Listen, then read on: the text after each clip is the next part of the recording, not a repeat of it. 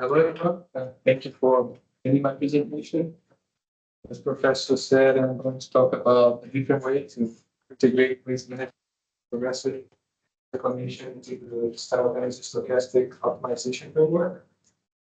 I'm going to start with a brief introduction, just explaining basically what's a mine complex, why we care about optimizing each of its components together, and why we want to also consider uncertainty about doing this. Then I'll move on focusing the waste dump facilities and see how we can incorporate waste management concerns into this framework by trying to mitigate or prevent acid rock drainage generation. Then I'll move on to the methods and explain exactly how I'm doing that in the stochastic optimization framework. And I'll present a case study at the copper gold mine complex, where we're going to see the comparison of what we have when we use the simultaneous stochastic optimization considering and not considering the waste management constraints. And I'll finish with some conclusions and future work.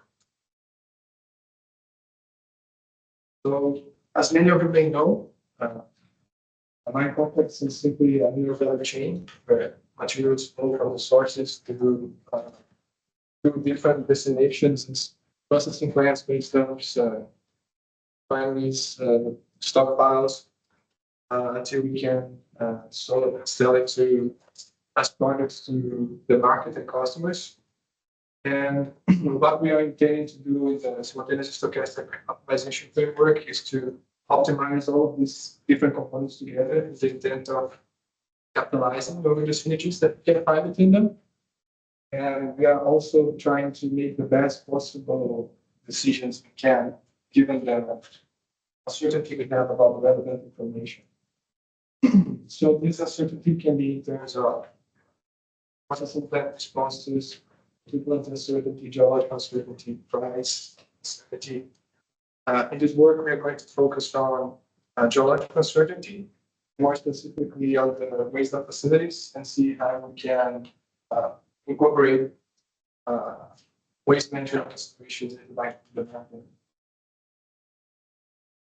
So, just a quick review of what I mean by acid rock drainage. Acid rock drainage is simply caused by the oxidation of mineralized material rich in sulfur, and it can happen in large extent in mining operations when we have tailings dams or waste dumps with mineralization rich in sulfur exposed to the atmosphere. And the truth is that mine operations that generate acid rock drainage with high contents of contaminants can incur very high long-term treatment costs. And it is important to consider that when we are trying to classify things as ore and waste, we have to have a correct assessment of the cost of extracting materials from the ground. So that's what we're trying to integrate here, try to have a more accurate assessment of the cost of extracting materials. So in order to do that, we have to first come up with a way to predict acid generation in the mine. And we can do that by not only tracking valuable properties of the materials, such as copper, gold, silver grades, but we can also track geochemical properties as arsenic, sulfur, carbon, calcium. We can then use this information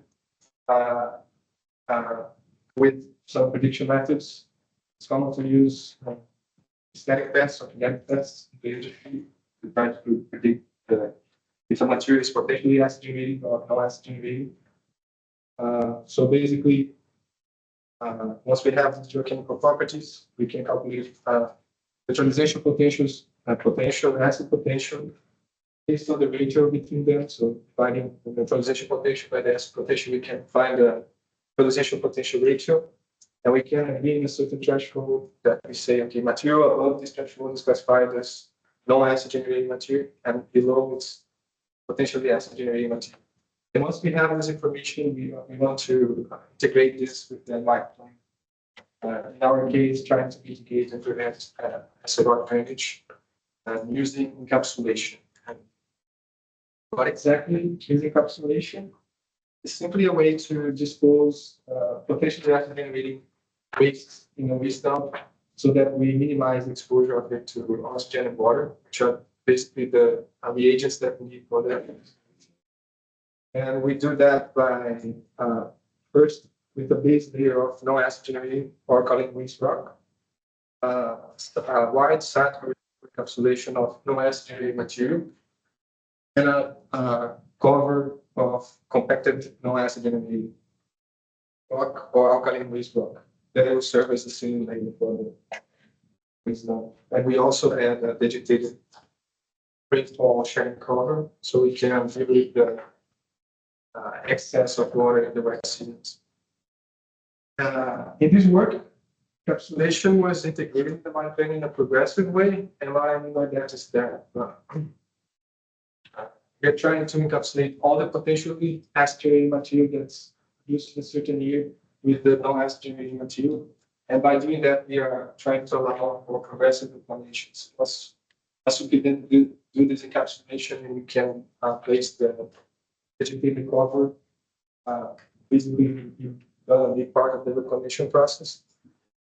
And we are also minimizing the risk of acid generation in the long run.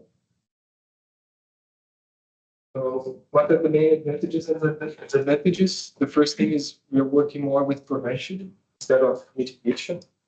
And what I mean by that is encapsulation is being done progressively. So we are trying to minimize the period of time that potentially acid-generating waste is exposed to oxygen and water. And so we are trying to avoid the problem instead of have to invest money in rehabilitation. By doing that, we are also decreasing financial liabilities, environmental liabilities. This also allows us to do reclamation alongside revenue generation. This gives us the opportunity to have more flexibility in the reclamation process. It's not like we finish the mine, we don't have more money coming in. And if we didn't have planned things well before, then we don't have flexibility to deal with this material at the end. Also, because encapsulation is being done progressively, we can monitor the performance. So we can assess if the waste dump is with encapsulation is doing what it's supposed to do, and track the acid rock drainage, and see, okay, if it's not working well, we can try to invest in other methods to prevent or mitigate acid rock drainage. It can be, if you're using encapsulation, it can be potentially cost saving, because it might be the case that in the year ahead, you will generate a lot of potentially acid generating material. And if you're not informed about that, then maybe the excess of non-acid generating material that you have in the current year, you're going to put in somewhere that you don't have access in the future, and that maybe you could use in the future to do the encapsulation. Some disadvantages is that we're dealing with the cost of reclamation during periods. So instead of deferring costs, we are bringing them forward, but also having all these advantages. And it's a method for dealing with waste management that's highly reliant on the availability of mineral waste. So if we don't have enough non-acid material, there's not much we can do. We have to rely on other techniques to try to mitigate acid rock drainage. So now I'm going to move on to the methods. And in real life, we want to prevent and mitigate acid rock drainage, and there are several ways to do that, and it will depend the specificities of the mine. In this case, we are considering only encapsulation, and we are not considering cover technologies, which is just we are not considering the vegetative cover that goes on the top of the waste dump. But we could adapt just simultaneous stochastic optimization framework to account for maybe Sudoku's disposal, blending. This can be like future research. Because we are taking into account the costs of dealing with potentially SGV material, we are also working with avoidance. And what I mean by that is maybe when you start to consider the costs that you have with treatment costs in the future by extracting bag material, you see that a certain portion of the deposit cannot pay for that. So we avoid mining just because we know that whichever might be the possible revenue that will come from that, it doesn't pay for the risk of extracting. Now I'll just go to an overview of the workflow of this project. So we have a set of simulated block models, giving not only information about valuable metals, but also geochemical properties of the material, such as sulfur, calcium, carbon rates. Use these geochemical properties to predict acid generation, not with assumptions that are similar to the assumptions that we make when we use static tests. Then we arrive at NPR rating, and we agree on a single threshold to classify mag in bag material. This threshold will depend on the local destination and the geology too. So once we have classified what's bag and mag, what we can do is to track the amount of bag that is being produced at each year of the operation. And based on this amount, we can calculate the quantity of mag necessary to encapsulate the material. We can then use this quantity of mag as a production target for the simultaneous stochastic optimization framework by adding one more term to the second simulation. So before going to that, objective function we are looking here is aiming at the first part, what to maximize the net present value of products sold to the market. The second part is trying to minimize deviations from production targets. What we are doing is adding a production target of no acid, quantity of no acid generating material to be produced based on the quantity of the bag that we produce in a certain year. So the choice of the penalty for not complying with this production target, that is not having enough bag material to encapsulate bag, can be, for example, the additional cost and alternative that we have. So maybe if we have an alternative to deal with bag that costs $2 more per ton, that can be a guideline for choosing a penalty cost for deviations from this production target. And how exactly are we calculating the quantity of non-acid generating material based on the quantity of bag material that we have? So based on the waste dump guideline, based on the guidelines for the construction of waste dumps using encapsulation, we can come up with a formulation that gives us this quantity. And in this project, we assume that the waste dump has a rectangular shape, but can be easily modified to adequate to different situations. And it also allows for multiple lifts. So now moving on to the case study at the copper gold complex. So a complex with three different mines, three completed mines. We see that the proportion of bag waste increases in the lower portions of the mineral deposit. But this project was used 10 simulations of the material supply, not only with metal grades, but also the necessary geochemical properties to predict acid generation. One thing that might not be common to have is stockpile for non-acid generating material. So we're stockpiling mag so we can use in later periods of production in case we needed to encapsulate bag material. And the total amount of in this project, 1.8 million mining watts were consumed. So the comparison that we are making here, what I'm calling the base case, is the simultaneous stochastic optimization framework without considering any encapsulation constraint. And that's represented in blue, and the green is the integrated case where we add the constraint that I talked about. So as we can see on the graph on your left, in almost all years of operation, the percentage of potentially acetylene material encapsulated was above 90% for the integrated case. The base case could achieve a high quantity of high percentage of encapsulated bag in years 1, 6, and 10.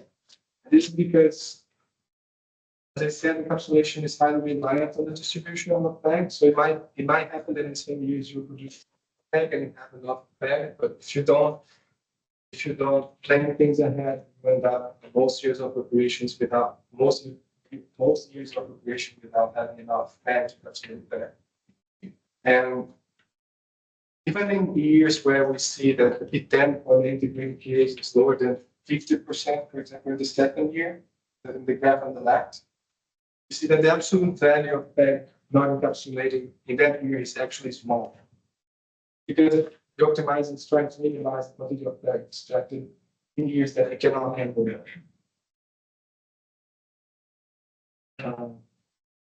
So here's the bag production rate and the bag production rate.